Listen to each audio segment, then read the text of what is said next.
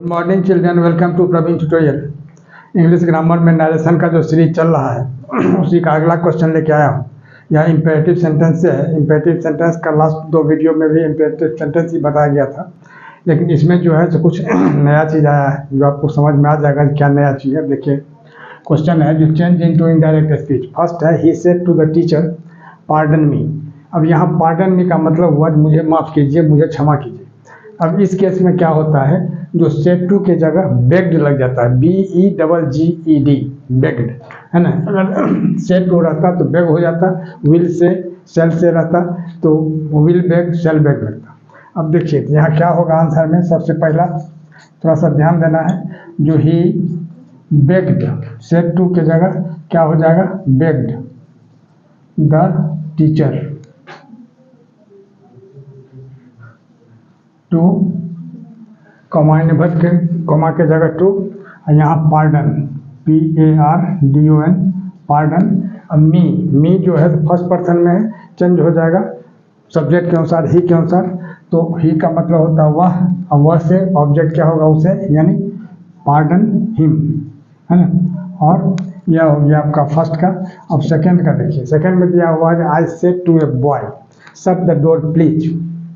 अब यहाँ प्लीज जो है शुरू में भी लगाया जा सकता है, प्लीज शट द डोर, और बाद में भी लग सकता है। तो शट द डोर प्लीज, यहाँ क्या हो जाएगा, अब रिक्वेस्ट हो जाएगा, क्योंकि रिक्वेस्ट के सेंस में प्लीज जब लगा हुआ है, यहाँ हो जाएगा जो आई रिक्वेस्टेड ए बॉय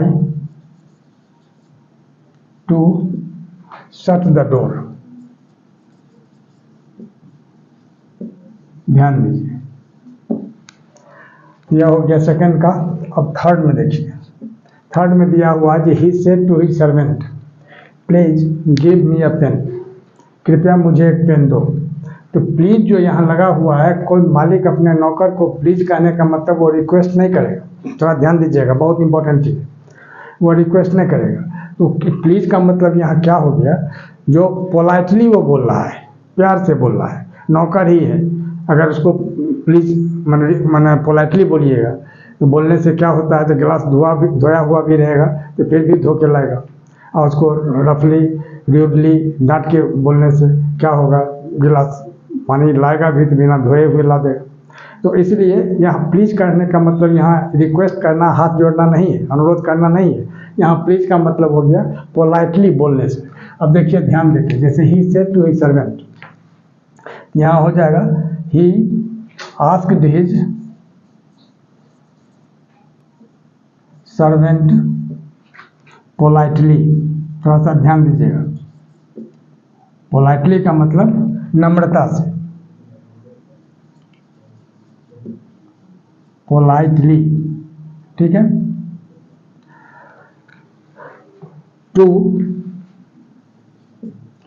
अब प्लीज तो हट गया क्योंकि यहाँ पोलाइटली लग गया, टू गिव। अब देखिए, अब यहाँ मी है, फर्स्ट पर्सन में है तो ही के अनुसार चेंज होगा, तो क्या होगा हिम, और यहाँ हो जाएगा ए और पेन, ठीक है। नंबर 4 में आइए। नंबर 4 में क्या है, she said to him do not talk loudly. उसने उससे कहा कि जोर से बात मत करो, है ना, यानी मना किया है। तो मना करने के सेंस में क्या होता है, फॉरवर्ड होता है। सेड टू है तो फॉरवर्ड हो जाएगा, तो शी फॉरवर्ड हिम। अब जब फॉरवर्ड लग गया तो डू नॉट नहीं लगेगा, इसमें सिर्फ लग जाएगा क्या, टू टॉक लाउडली। और इस तरह से ये 4 क्वेश्चंस के ये 4 आंसर्स हुए। अब देखिए अगला क्वेश्चन। अगला क्वेश्चन है question number 5। He said to his servant don't sit idle या डू नॉट सिट आइडल, मतलब उसने अपने नौकर से कहा कि बेकार मत बैठो। तब इसका मतलब ये हो गया कि यहाँ मना किया जा रहा है, डू नॉट है मतलब मना किया जा रहा है, तो सेड टू की जगह क्या लगेगा, फॉरबेड। एकदम सही सोचिए, ये हमें लिखना होगा आंसर में 5th नंबर में, जो ही फॉरबेड हिज सर्वेंट, और कॉमा इन्वर्टेड कॉमा की जगह टू, अब डू नॉट हट जाता है, याद रखिएगा। फॉरवर्ड जब लग गया तो डू नॉट हट जाएगा। टू सिट आइडल मतलब बेकार बैठने से मालिक ने अपने नौकर को मना किया। अब देखिए नंबर 6 में है they said to us please sit here. They said to us, यहाँ प्लीज लगा हुआ है तो दे रिक्वेस्टेड अस, क्या हो जाएगा? प्लीज लगा हुआ है तो रिक्वेस्टेड अस टू सिट। अब हियर जो है चेंज हो जाता है किसमें? देयर में, यानी देयर हो जाएगा यहाँ, याद रखिएगा इस सबको। हियर देयर में चेंज होता है, नाउ देन में चेंज होता है, 10 सो में चेंज हो जाता है, टुडे दैट डे में, टू नाइट दैट नाइट में, सब लिखवा दिया गया आपको। 7 number I said to him. I said to him में क्या हो जाएगा? Study properly. तो यहाँ क्या कर रहा है? जो प्रॉपर्ली माने व्यवस्थित ढंग से, है ना, पढ़ाई करो, है ना। तो आई सेड टू हिम, तो यहाँ क्या होगा? सलाह दिया जा रहा है, तो आई एडवाइज्ड हिम हो जाएगा। क्या होगा? I advised him to study properly, क्योंकि कॉमा इन्वर्टेड कॉमा की जगह क्या लगेगा? टू। ठीक है, आगे देखिए नंबर 8 में है she said to me go to bed early.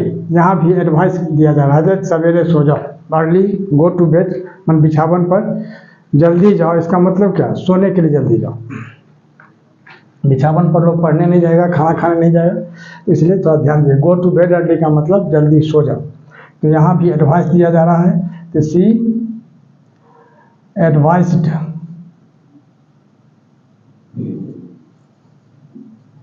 Me to go to bed early. ठीक है, और इसी तरह से अगला टॉपिक ऑब्जेक्टिव सेंटेंस का होगा, जो कल के बाद यानी मंडे को मनाया जाएगा, और वह आप तक पहुँचे इसके लिए आप लोग लाइक शेयर सब्सक्राइब करना ना भूलें प्लीज़। धन्यवाद।